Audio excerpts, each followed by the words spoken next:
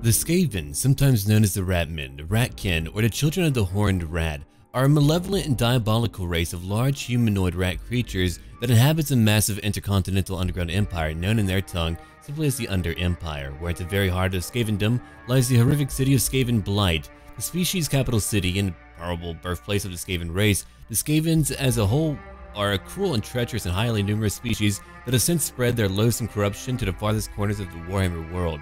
From deep below the earth, these scavengers have built a vast empire whose military power and incomprehensible numbers has the potential to smother the kingdoms of the old world in a seething tide of violence and anarchy. It is believed by all of Skaven kind that the world is destined to be theirs, for they consider themselves the supreme master race, undeniably superior in every way to all other races of the world.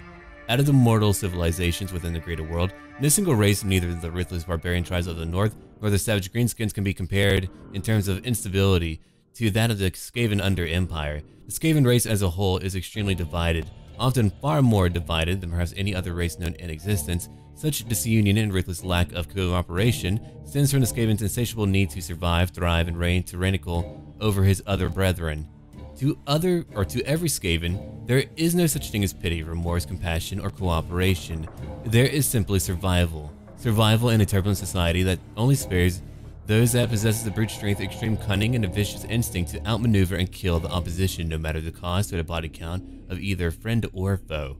Though no matter how divided their race may be, they are nonetheless unified in a single cause, and that cause is to conquer the surface world and bring about the great ascendancy, where it is said that the Horned Rat children will swarm across the face of the earth and claim all of it as their own. So in the campaign, there are two legendary lords. You can pick either Queek Headtaker and Lord Skrolk. Let's go over the story of Queek Headtaker. Warlord Queek Headtaker is a legendary, much feared great warlord of Clan Moors and a personal right claw of Warlord Nodwell, the one and true grand ruler of Clan Moors. Queek has been groomed by Nodwell from the moment of his birth to be the ultimate warrior, provided with the best armor and weapons, protecting him from the other Lords of Decay, and also staging assassination attempts to keep him on his toes. Queek is an uncommonly bloodthirsty and egotistical warrior whose need to conquer even the most impossible challenges has since earned him an infamy amongst the annals of Skaven history as the legendary Headtaker, the Dwarf Smiter, the greatest warlord to have ever graced the tunnels of Skavendom. Queek's temper is infamous amongst both his enemies and allies, having fought, defeated, and survived almost every challenge that was thrown against him. Upon his trophy rack consists of the heads of all those that have challenged Queek in the past, such as the head of King Krug, Iron Hand of Karag Draws, Warlord Ikit Scratch of Fester Spike, Warlord Sleek Sharpwit of Clan Moors, and the hand of Baron Albrecht Kraus of Averlin, amongst other noteworthy challengers. Now for Lord Skrolk. Lord Skrolk is one of the most legendary disciples of Decay within Clan Pestilin, and one of the 9 legendary Plague Lords. That Lord Skrolk walks the world as an affront to nature and a sign of the power of the Green Horned Rat. Plants wither and die where Skrolk treads, and the very air seems to congeal and darken as if stained by his baleful presence. Skrolk is ancient, having existed many spans of even the most long-lived of his foul kind. Rather than weakening with age, Lord Skrolk is possessed with a diabolic vitality that belies the years and the heaped diseases he carries. Indeed, Skrolk is bit and gnarled by the weight of countless corruptions. The flesh that is not hidden by his tattered shroud is leathery and covered in a layer of dripping bubbles. Even worse, the mysterious hunching growths promise something still more virulent. Each new pox only toughens the age-plagued monk, who himself has become a disease that walks. Lord Skrolk is one of the Plague Lords, the rulers of Clan Pestilence under the direct command of Arch-Plague Lord Nurglich, he who is 10th on the council. And now we can go over a little bit concerning the characters and soldiers that you'll be using in the campaign. And you will be using a magic type called the Lore of Plague, which is going to be terrible, or the Lore of Ruin. Let's go over the Grey Seer, who's a very important member of the Skaven armies. The Grey Seers of the priesthood are the chosen Greyford emissaries of the Great Horned Rat, unholy prophets of ruin and destruction capable of channeling eldritch energies in destructive ways, leveling armies with lightning, or summoning ravening swarms of rats, all for the sake of furthering the Skaven cause and bring about the great ascendancy, which we mentioned before, of their foul deity. As chief agents for the Horned Rat and the priesthood dedicated to his worship, Grey Seers wield tremendous influence amongst the clans, and only a fool would ignore their counsel and to inquire the wrath of the Horned Rat's chosen. They are the spiritual leaders of the Skaven Under Empire. These gray or white rat men are born with tiny horns that, along with the color of their fur, mark them as the chosen of the horned rat.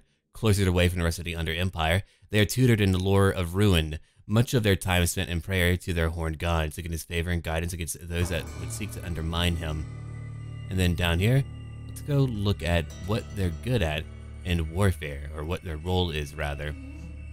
Grey Seers alone have the ability to summon a Vermin Lord, a threat often insinuated, but an act Grey Seers secretly wish to avoid. Luckily, no warlord wants to be accused of standing opposed to the will of the Great Horned One, or being anywhere near a Vermin Lord. Thus, the threat of summoning alone suffices to persuade even the most suspicious warlord to see the Grey Seer's point of view. Having the backing of a Grey Seer means a clan is in ascendancy, and will gain supremacy in dealing with others. They may barter with the upper hand, and a Skaven with an advantage will press it mercilessly. It is always best to exploit such an advantage while it lasts, for it will only be a matter of time before the Seers call with their own demands. In Skaven society, it is well known that absolutely nothing comes without a steep price.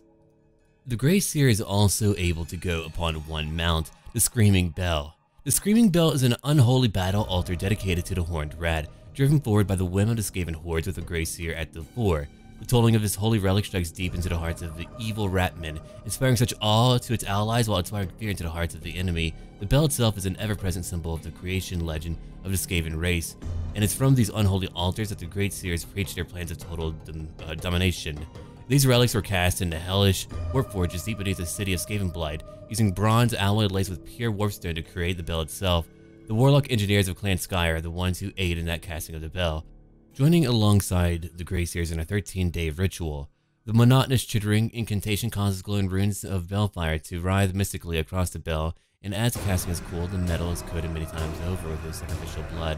Once forged, the bell is installed upon a wooden carriage, drawn forward by a horde of fanatical followers and a great rat ogre to ring it. Rumor has it that some piece of the Great Tower of Kavzar is incorporated into each screaming bell, be it a chunk of masonry or some small part of the horned bell that sits within the tallest tower that temple of the rat. In battle, the ominous tolling of the bell resounds above the clamor of the fighting, a message of death to foes, but a declaration of supremacy to all Skaven. The deafening sound drives the Skaven hordes into a reckless frenzy, hardening their craven hearts to feats of uncommon savagery. The thunderous tolling is magically amplified, and with each toll, the din grows louder and more terrible, making the very stones to split and buildings to crumble. To those that are attuned to the Horned Rat, each toll gives out one single word message: doom.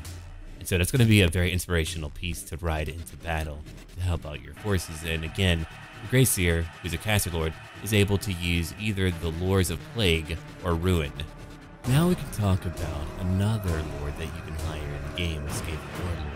Skaven Warlords are the ruthless and tyrannical rulers of the Skaven clans, large and powerfully built warriors that command with utmost respect by sheer physical prowess, ruthless tyranny, and inhuman cruelty. Within the unstable hierarchy of the Warlord clans, to hold the title Warlord is to rule supreme. There is no passing of the torch from generation to generation. Leadership must be taken by force. To gain power, a Warlord must use control, proving himself a top fighter and a dangerous adversary. Such a coup either ends in failure, certain death at the hands of the existing ruler, or the new leader supplants the current warlord, often eating him in the process. Challenges follow no format, but often take the form of personal combat, treacherous backstabbing, or elaborate political schemes. The more underhanded the deed, the better, for that is what puts the fear and respect into the Skaven masses. Once a warlord has fought, betrayed, and clawed his way to the top, the battle really begins. Manipulation, the ability to set rivals upon each other, or the mustering of support from a disclosed following are skills needed to hold power. As even the fiercest fighters become worn down by the constant challenges, great wealth can augment battle skills, bribe underlings, or simply buy formidable aid.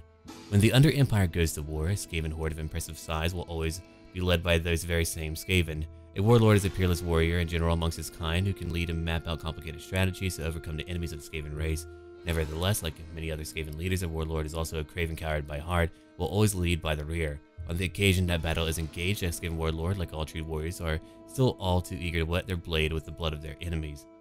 They're heavily armored, and they're going to be your melee lord, much like Queek Headtaker. And one mount that they're able to use is called the Rat Ogre Bonebreaker, or just a Bonebreaker in game. That is a clan molder specifically engineered to play one role. And that is a strain that is created by taking an augmented rat ogre and submerging the Stitch monstrosity in a vat of growth agents for months. It takes thousands of slaves dying horrible deaths to produce enough growing juices to fill the vat, but it is easily offset by the asking price for the muscle-bound behemoths. When it emerges from its forced chemical immersion, the Bonebreaker is a proportioned rat ogre, so bulked out that its upper body is hunched over, straining to contain such massive brawn. A braced platform strapped or bolted onto the creature's back allows a warlord to ride atop a rat ogre bonebreaker. When mounted atop such a beast, a warlord becomes prideful and behaves more arrogantly than ever. So they literally ride upon a huge, swole, roided out rat ogre, and that is their mount, and that's going to be your mount in the game, which is going to make you even more powerful when you clash into enemy lines. So it's going to be a very tough hero, and now, or lord rather, now we are moving on to the heroes. Now we're going to talk about assassins, and assassins often come from Clan Eshin, and they represent the culmination of years of training and ruthless assassination undertaken on behalf of the clan and the Skaven race. Some of the most feared Skaven to creep through the Under Empire belong to this elite group. Masters of poison, and skilled in the arts of hand-to-hand combat and versed in the ways of stealth and conspiracy, these killers sell their services to any Skaven warlord who can meet their exorbitant fees. They even offer their services to humans who ask the right people and who offer the proper compensation. All Eshin warriors are trained to learn these defining skill traits, but only the assassins have the skill and experience necessary to undertake the highest tier of the clan's training. It is then that the secret arts are taught, some of which are ancient techniques studied in the Far East, but many more are unique fighting styles of the Ratman's own design. By the end of the long initiation, an Eshin assassin can jump many times its own height, hurdle over obstacles, or backflip a great distance. He can run faster than a galloping horse and climb up smooth surfaces with ease. In motion, an assassin is a blur, able to rain blows upon a foe or pluck arrows out of mid-flight. These assassins are so adept at hiding in the shadows that many suspect supernatural magic at work. The final test in an assassin's training are death missions assigned by the Clan Eshin's ruling council, presided over by Lord Sneak, the leader of the clan and one of the Lords of Decay. After surviving the mission, the assassin is considered an acknowledged master of the arts. It is thanks to their fearsome reputation that the Council of 13 often employs Eshin assassins in their day-to-day affairs. When the Skaven hordes march to war, they are sometimes accompanied by Clan Eshin's finest hiding amongst their numbers. These death-dealing agents pose as a regular rank-and-file trooper until the moment is right. At this time, they cast off their disguise and leap into position where they can do the most damage, fighting with poison blades in each paw. An assassin can unleash a murderous flurry of attacks that is more than capable of striking down an enemy leader. At other times, an assassin will operate on the battlefield alone, working to wreak havoc behind enemy lines, setting time bombs, or using poison shuriken to slay targets of opportunity. So you're going to have a very precise striking tool in any situation that I'm going to assume is going to put any other assassin character, a duelist character, on the field of battle to shame. They'll probably be amazing at taking down a wizard on the battlefield, which is what I would probably use them for. So that should be quite cool. Now for the warlocks of Clan Skyer.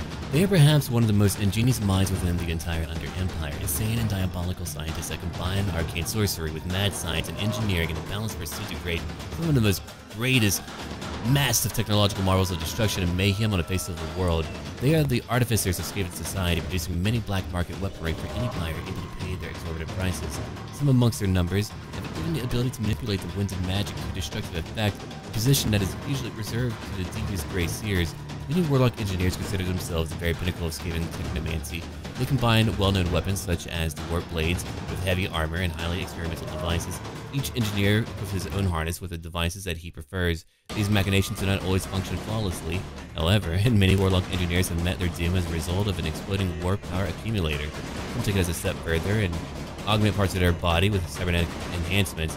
Their goggles, harnesses that seemingly beep, whir, and click of their own accord, and the warp blades that protrude from the flesh of their arms, warlock engineers are an intimidating and horrifying sight to behold. When a clan goes to war, the warlock engineers are often amongst their numbers, either tending to the army's machinery or taking part in the action themselves. These sorcerer inventors often go to war carrying a large arsenal of weaponry, from warp-lock muskets or poisoned wind globes of devastating potency, to blades powered by crackling warpstone energies and other assorted instruments of destruction. Individually, each warlock engineer are capable of decimating entire enemy columns with their own sorcery or the assortment of weapons they have on hand. So long as their technological components function normally, they bring terror and death to any battle or skirmish in which they participate in. So you're going to have a very devastating creature. Essentially, every hero that you have is going to have the ability to cause mayhem and destruction on the battlefield. And hopefully there's going to be a bit of a drawback if they go a little bit too crazy. We all have it overcasting, but it should be a little bit worse for a warlock engineer. Yeah, there's a lot of cool assets and features with the Skaven. They're not just normal little rats who go into combat. I mean, there's plenty of those, but they also have magic, they have technology. It's pretty crazy. Now for the Plague Priests of Clan Pestilent. They occupy the highest and most senior position within the clan, just below the Plague Lords themselves. These lords of pestilence guide their foul brothers in the eternal pursuit to create the greatest and most horrific violent disease known to all of Skavendom. They use it to weaken the surface world for their final apocalyptic invasion. It is the plague priests who stoke the righteous fury of the younger plague monks, teaching them litanies of hate and breeding intolerance for all customs outside their own. Loyal and fanatical, these ratmen are singularly devoted to their holy cause. Within the workings of Clan Pestilent, each member does not seek individual wealth for themselves, but instead are utterly and insanely focused on their master's work. It is the diseased but devoted plague priest who enforces harsh discipline. Under the guidance of the plague lords, the plague priests are responsible for leading daily rituals meant to record and monitor the newest strain of virulent diseases that are forced upon not just captives, but even other Skaven and the monks themselves. Indeed, their own specialty or specially made diseases are not feared, but accepted as a blessing to these fanatics. To them, being a living and walking altar of contamination is the shredding goal of every plague priest, who themselves lead by example. As such, each plague priest is given the duty of ensuring that the cauldron of 1,000 poxes and ancient and evil artifacts stolen from Nurgle himself are never empty, but instead brim over with many new diseases ready to be unleashed upon the world. When the clan goes on a holy crusade, the plague priests are the ones who would lead their brethren to war, claiming to be given sorcerous abilities by their malevolent god. The plague priests are able to bring and unleash many spells of corruption and pestilence upon their enemy, vomiting out geysers of black death or cursing the enemy from afar, so that he may erupt with blistering boil. When the outcome of the battle has particular importance to their clan, a plague priest might even sanction the building of a plague furnace to accompany the Brotherhood on their divine mission to destroy all who oppose them. It's going to be a very effective character at just taking out enemy towns and enemy armies too. The plague priest can either walk on foot or ride on a plague furnace. The plague furnace is a disease-ridden altar dedicated to the Great Horned Rat and an unholy pulpit for a plague priest to preach the words of their faith. These mighty war machines are covered in runes and foul sigils dedicated to the vile Skaven deity. It is a noisome shrine of Clan Pestilence, and ruination and corruption travels in its wake. The plague furnace is pushed into battle by a congregation of chanting plague monks. The creaking of its iron-shod wheels, audible above the drone of devotional maledictions. The decaying chassis of the plague furnace is riddled with woodworm, but is the vast and ornate swinging brazier that commands attention. A glowing hot censer of wrecking ball proportions swings back and forth, issuing overwhelming heat and a roiling cloud that even simple beasts instinctively recognize as poisonous and unnatural. The rhythmic swings of the infernal furnace produce an ominous sound as the pendulous censer drags through the air, leaving a trail of deadly fumes and lethal contagions. It stings the eyes and assails the senses to gaze at the shimmering heat of the swaying globe. As the greenish vapors drift over the plague monks, it wets their tattered robes. This profound fog begins to make the pox-ridden brethren twitch, their eyes bulging out in an unholy fervor for battle and bloodletting. As the plague furnace is brought against the enemy, the plague monks strain more feverishly at the ropes, increasing the momentum of the blazing orb. As the frothing brotherhood crash the plague furnace into the enemy battle line, the rusty chains holding the great warpstone incinerator are let slip so that the vast censer plummets into the middle of the enemy unit. The unholy payload continues to spew its deadly green tinged warpstone fumes while it's hoisted back into place. You're gonna have a giant wrecking ball for a plague priest. That's what you're gonna have. Oh man. Now to talk about Skaven slaves. Also known as slave rats or clan rat slaves, they are the most lowly individuals of all the Skaven race, standing at stunted 4 feet tall. Skaven slaves form the largest bulk of the Skaven soul and population. They are usually born in this manner, barely holding out through a cruel, abused childhood, and being of little value, simply shoved into forced labor. Living past any more than a handful of years is quite a cursed accomplishment. Skaven slaves are also always swallowed with captured or defeated clan rats, demoted in their loss, and shoved into the lowly ranks. Almost all slaves die as slaves. The entire infrastructure of the Under Empire is run by slave labor. Skaven slaves perform all menial tasks, including mining, tunneling, and food production. In lean times, they themselves become the food. The majority of slaves are Skaven born into bondage, the lowest class of a hierarchical society. The ranks swell as rival clans are captured during, those interceding wars. At times, even non-Skaven become slaves, although few other races last long under the whips of the Ratman overseers. The life of a Skaven slave is cruel, but very short. Edible food is so rare that cannibalism is the way of life of each day. And that's just really a battle of survival in and of itself. A slave with the slightest injury, such as a limp or disease, swollen eyes, often hungrily marked by his pack, these wretched creatures attempt to hide such maladies, but the keen Skaven sense of smell cannot be fooled. The crippled are soon devoured as the ravenous horde turns upon itself. And in warfare, they are often used in mass to absorb missile fire and to overwhelm the foe with numbers. A common warlord tactic is to whip Skaven slaves to the fore of an assault. Many are butchered, but the loss is acceptable. If the slaves bear the brunt of incoming arrows or tire the foe for the next attack wave, the best Skaven slaves will even pull down and tear to pieces a few of their adversaries although this is considered a bonus. Some Skaven slaves use slings to inflict damage from afar, while others are lucky enough to have scrounged spears or shields to aid them in battle. It is not unheard of for Skaven slaves to survive a battle, although this is inconvenient for overpopulated layers. In desperate times, the boldest of Skaven slaves may be granted a chance to become clan rats. Slaves who break into battle by the enemy are trampled underfoot by the oncoming attack waves of their own side. It is commonly said that the most dangerous Skaven slave is the one that is running, for he may turn to fight at any time. So yeah, that's what we have here. A complete fodder unit, like having peasants in the past. They're just meant to go in there to kind of entangle your enemies and to keep them busy while your main army actually comes in. So that'll be a lot of fun. Your goal in the game is to just bring whatever you can into the game. And just for a bit of fun, there is a very famous Skaven slave. His name is Scabicus. The most famous slave revolt occurred in Skaven Blight. Slaves from many clans rose up following Scabicus, a slave-turned-warrior who promised a better existence. Legions of armored storm vermin assaulted down narrow tunnels to suppress the rebellion, but the slaves held firm. They might have gained freedom had not the Devious Council of 13 announced a pardon for any who desisted and pointed out their leader. It is said that over 10,000 Skaven slaves pointed out Scabicus and watched their former commander get cut down and eaten. The promised pardon was quickly forgotten, and the following retribution was predictably brutal. Production dropped for weeks throughout Skaven Blight, but everyone ate well. That's how Skaven society works, man. Pretty fucking brutal. There appears to be 3 variants for the Skaven slave. You have Skaven slaves who just have their normal weapons like swords. Then you have Skaven slave spears, and then you have Skaven slave slingers, and those are your 3 variants. And now we're going to talk about clan rats. So clan rats form the vast overall bulk of Skaven military power. A large verminous horde of ratmen that go to war as basic and highly expendable frontline infantry. These Skaven belong to any one of the thousands of clans scattered throughout the underground burrows, strongholds, and bursting cavern cities that make up the whole of the Under Empire. Of all the teeming masses, only the worker dregs, the worthless, and even more insignificant slave rats are care considered, even more numerous than the clan rats themselves. Clan rats are slightly smaller than man size, standing 4 to 5 feet high. They range between lithe and scrawny and are possessed of a constant energy, as commonly seen in the nervous twitching of their hairless worm-like tails. A single clan rat is not a fearsome opponent. A lone warrior will lack any degree of discipline or determination and is likely to skulk in the shadows, afraid to go forward, too cautious to go backwards, and terrified to even stand its own ground for more than a moment without fleeing. Unless driven by black hunger, a single clan rat will attack something that is physically weakened or crippled, preferring even then to attack unseen from behind. When banded together in a large pack, however, each individual Skaven would bolster each other's confidence and fuel their feral ferocity to a highly aggressive level. This allows the individually cowardly ratmen to form massive units that will recklessly hurl themselves into a fray against obviously superior troops. Like all Skaven, clan rats are hierarchical bullies that will go out of their way to kick, maim, and otherwise keep down any beneath their own rank. In their case, they're lowly slave rats. Okay, then of course, you know, clan rats will fawn over and prostrate themselves before those of higher status, in their case, everyone but the slave rats. In larger Skaven strongholds, many clans coexist in a constant power struggle. And then for warfare. And to let you know before we go into the warfare part, there are clan rats that have shields, clan rats that have spears, and then clan rats that have spears and shields. And those are your 4 variants.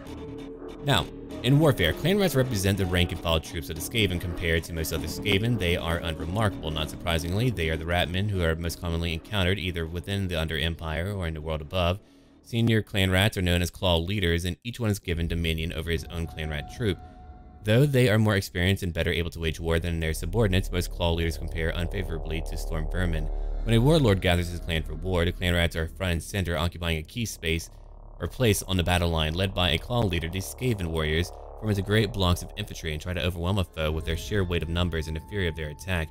If the warlord can afford the price and is in reasonable standing with Clan Skyer, then a weapons team might accompany the regiment. These arcane devices of destruction are viewed suspiciously by the clan rats, who frequently suffer due to their all too frequent technical failures. After the adrenaline rush burst of melee, clan rats need to feed or suffer the unbearable pangs of the black hunger. Immediately following any combat, the ratmen scour the battlefield, devouring the dead and injured of friend and foe alike. Metal. Now for the storm vermin. They can either use halberds or swords and shields. Storm vermin regiments are outfitted with the best spoils of war in a clan's armory, and their duties may include forming a retinue or bodyguard for anyone, from a minor chieftain to the mighty ruling clan warlord himself. This puts the storm vermin at the vanguard of the army, where they can ensure continued preferential treatment by fighting with ferocity and zeal for their leaders. Most warlord clans maintain the unwritten law to first feed after a battle belongs to the Storm Vermin. Those who dare to feast before their proper station are often openly attacked by the elite Skaven warriors who take any opportunity to violently demonstrate their favorite status. As further reward, many Storm Vermin regiments are assigned their own legions of Skaven slaves. These lackeys see to the comfort and needs of their masters. On the battlefield, the Storm Vermin normally form the bodyguard of warlords and Grey Seers. So, I mean, they're really the Blackbird elite of Skaven military might. They are, to an individual, larger than the average Skaven, well-muscled and proficient in the use of various weapons and armor. They are aggressive by nature and are given to overt displays of prowess in order to intimidate those around them. Like the Grey Seers, their features are determined at the time of their birth, for only a Skaven with black fur are elevated to the ranks of the Storm Vermin. As such, there's a certain air of ego shared together by all Storm Vermin that is lacking in other Skaven groups. Of course, this camaraderie will only stretch so far. Storm Vermin are constantly on the lookout for any weakness in their peers, and those who show such flaws will be mercilessly cut down by their brothers. Position in the ranks of the Storm Vermin is achieved through a series of duels, though it occasionally falls on the last remaining survivor of a unit to take command. These officers, known as Fang Leaders, are some of the deadliest Storm Vermin of all. So yeah, you have your elite bodyguard here who will just rush into battle. They're kind of just like the Great Swords of the Empire, or whatever equivalent elite unit for other factions. Alright, let's move on. Now we're going to talk about Plague Monks and Plague Monk Censer Bearers. The Plague Monks of Clan Pestilence are masters of contagion and disease. At the lowest levels, are fervent and devoted worshippers of the Horned Rat, singing daily praises and liturgies to the Lord of Decay. Each is riddled with disease, covered with a self-inflicted wound and eruption that ooze blood and pus. When unleashed against the enemies of the Skaven, Plague Monks are much more effective than one might expect. It is easy to discount their abilities given their sicknesses, yet it seems that they find solace in their constant pain. Mundane discomforts like severed limbs and open bellies cause them no more than passive discomfort. Plague Monks form the bulk of the Clan Pestilence troops. When Plague Monks gather, their spooky chanting can be heard as they recite from the foul Book of Woe, endlessly repeating the liturgies, or the Liturgus Infectus, or the Rites Infection. If they are going to war, the Clan Monks march under one of their Clan Pestilence banners, often, formed from a half-rotted carcass hanging from a banner pole, bearing unimaginable twisted visions rendered in pigments distilled from blood and warpstone. As the foul brethren march forward towards an enemy battle line, their chanting picks up its pace, and the Plague Monks seem eager themselves to incite themselves into a terrible rage. In combat, Plague Monks hurl themselves into the fray with fanatical ferocity, eager to bring death and destruction to their foes. And to let you know, they are lightly armored. They're just meant to go in there, and they do a lot of damage. It is easy to discount their abilities given their illnesses, yet it seems that they find solace in their constant pain. Bulging eyes and foaming mouths, the Plague Monks seem possessed of an unnatural and unholy fervor. They relentlessly attack with filth-encrusted blades, iron-tipped staves, or even their needle-sharp teeth. The Plague Monks' exposure to pestilence has rendered its tough and full-ridden skin immune to pain.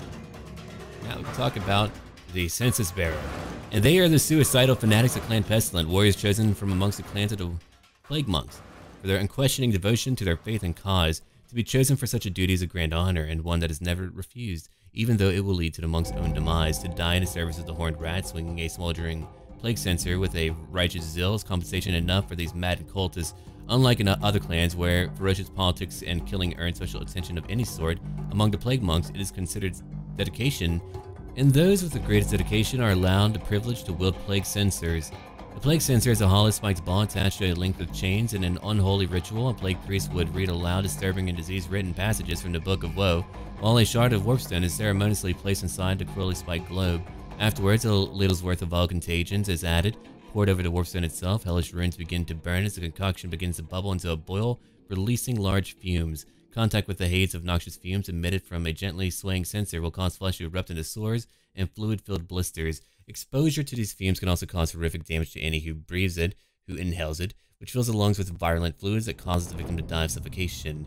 Extremely few creatures devoid of common sense can be anywhere near such a weapon, let alone wield it into battle.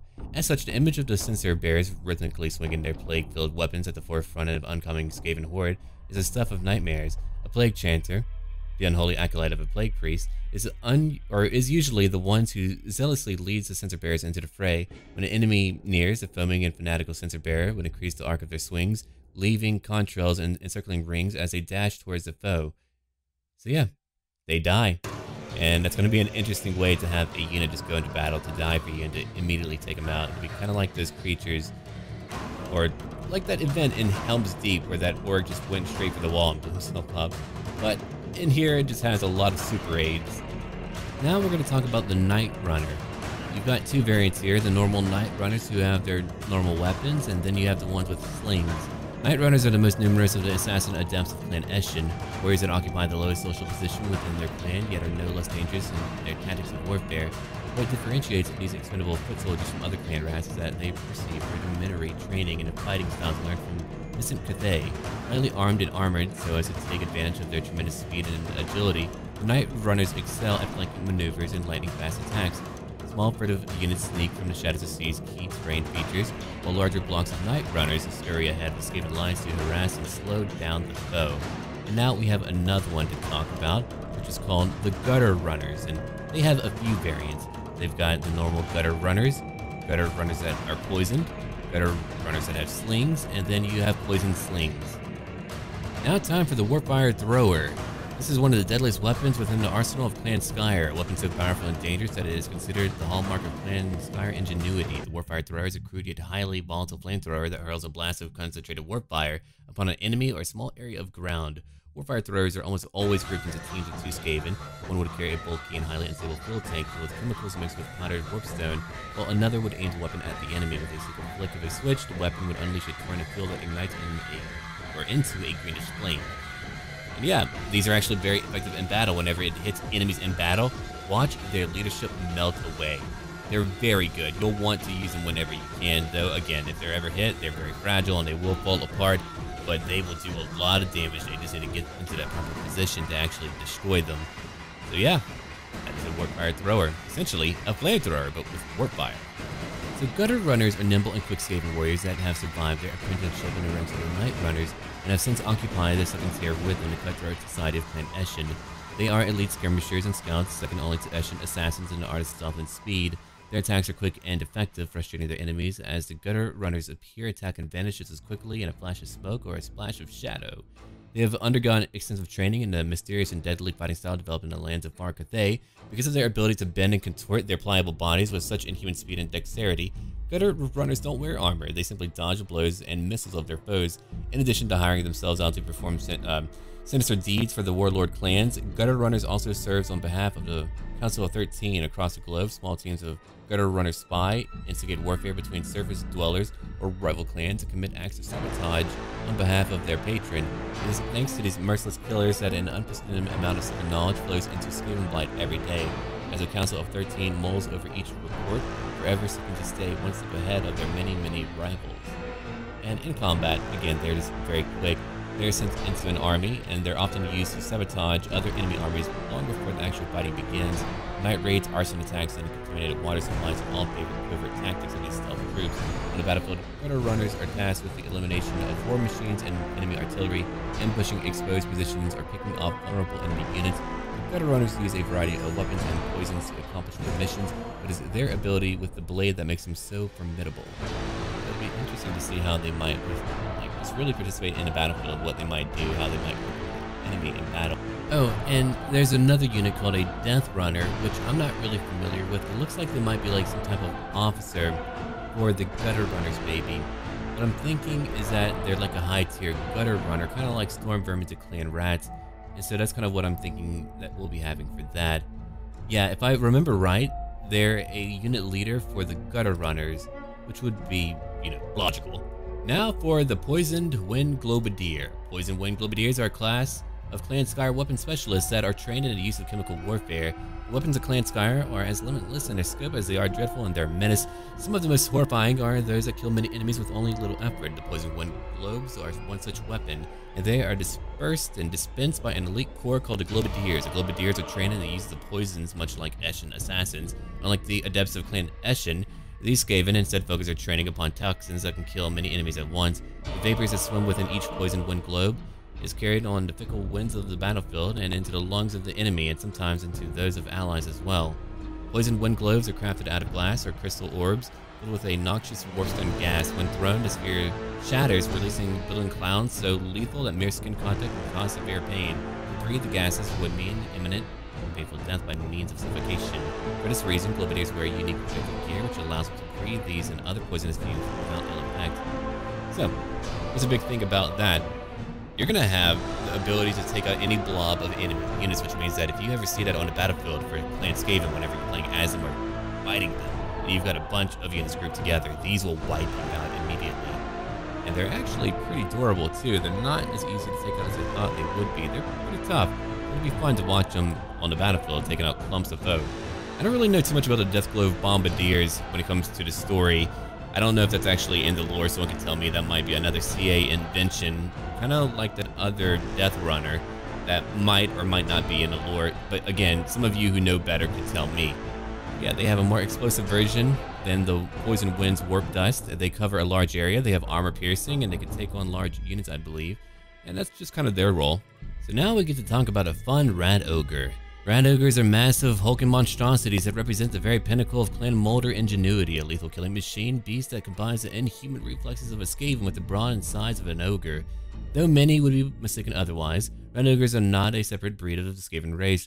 Rather, Rat Ogres are creatures born from the fusion of crossbreeding between different types of horrific creatures with Skaven blood and surgically augmenting what is left. While Clan Molder certainly succeeded in creating deadly war beasts, Rat Ogres are arguably flawed creatures, bereft of reason and nearly devoid of sanity. Their unlikely genesis has left them utterly dependent upon their creators for any kind of mental faculty.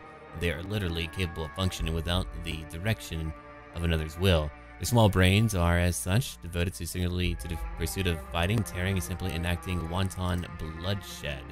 And they basically serve as like your troll role that you might have for the Orc armies or, you know, the Chaos armies or the Norscan armies up north. They're meant to come in and bash people in. If you try to focus them down with a bunch of range attacks, they'll definitely be able to take them down. They're pretty cool though, they're pretty tough. Now, the Plague Claw Catapult, which is a found contraption that hurls contagions and diseases of all kinds into the ranks of the enemies of Clan Pestilence. Since their rise to power, Clan Pestilence has been hard at work creating new strains of disease. The bubbling vats filled with carcasses, warpstones, and foetid offal are forever brewing vile concoctions. While failing to create the ultimate contagion to rid the world of all surface dwellers, the Plague Monks who discovered their pestilent byproducts make worthy weapons on their own. The unbalanced blend of poisons, chanted magics, and disease-soaked corpses makes it a liquid that can kill in contact. And yeah, you're going to have a long-range artillery piece that's going to be able to really take out a lot of enemies on the battlefield, just focusing in on a group and causing a lot of debuffs and issues with them. So, I mean, that's really the role of the Plague Claw Catapult. Now the Skaven have even more cannon, even more artillery than you might have imagined, and that is in the form of the Warp Lightning Cannon, which is a very pinnacle of Skaven ingenuity, as we have often heard.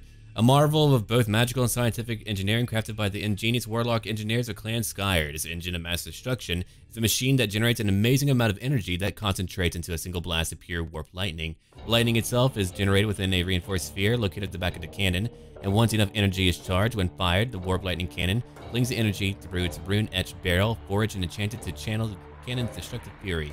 When fired, the Warp Lightning Cannon emits a sizzling aura of warp energy, and anyone near the shot are rocked in its wake. Like all machinery for the Skaven, while powerful, they are all meant to be unstable. But yeah, you have a literal cannon. This faction has pretty much everything that you can think of when it comes to what they need to fight in combat. Now for one of my favorite units in the game, the Doomwheel. The Doomwheel is a large and massively powerful war machine that is said to sum up the sheer inhuman ingenuity of the Skaven and most importantly, the genius of Clan Skyer. At first sight, the Doomwheel might seem an oddity, perhaps even comical to opponents that have not faced one before. The dwarves who have suffered many wars against the Skaven know full well the Doomwheel's measure and will direct every war machine at their disposal to blast the deadly wheel apart before it can churn close enough to pulverize the dwarf battle lines. Indeed, dwarf cannon crews will allow themselves to be overrun by the foe, willingly sacrificing themselves for their hold in order to get off a single shot at the infernal Skaven device. It's a simple yet so complex machine, and completely Skaven in its inception too. So let's go ahead and look at that thing. It's just a rolling wheel. Inside of it are actual rats. So the rats that are scampering around inside the Doomwheel's enormous treadmills provide the primary mode of power. This in turn sparks the warpstone generator, which, if all goes well, powers bolts of lethal warp lightning. So it's not only a wheel that can crash through enemy ranks, it can shoot out warp lightning too. And then at the center of the contraption sits a warlock engineer who pilots the mad creation. Sitting inside the mighty death-dealing artifice of destruction puffs the warlock engineer so full of bold reassurance that the otherwise dubious courage of his race is at least partially offset. So yeah, it's the ultimate line breaker. You can crash into an enemy line, you constantly want it to move, you constantly want it to crash through enemy ranks, and your enemy will have to focus it down if they want to get rid of it. It's pretty nasty. Now for my favorite unit in the game, the Hell Pit Abomination, which is the greatest and most horrific monstrosity of the Skaven of Clan Molder that has ever been created. The creature is a mountain of misshapen flesh that moves in a rippling tide of unnatural spasms, writhing worm-like and using its many limbs to pull and drag its hideous bulk forward. Instead of genitalia, it has a giant wheel. Various mechanical bits such as wheels, cogs, and fluid pumps have been grafted into the beast to ensure it moves at optimal speed, and that the warpstone mutated growth agents are regularly injected into the beast's hyper-fast metabolism. A multitude of heads dart out of the lump and mound of muscle and bone at the behemoth's fore. The heads that snake out are all vermin-like, but some glisten hairlessly, like unborn rat monstrosities. Many have eyes, but no few are blind, twisting and craning to catch a scent of prey, hissing and snapping at the air with razor-sharpened scissors.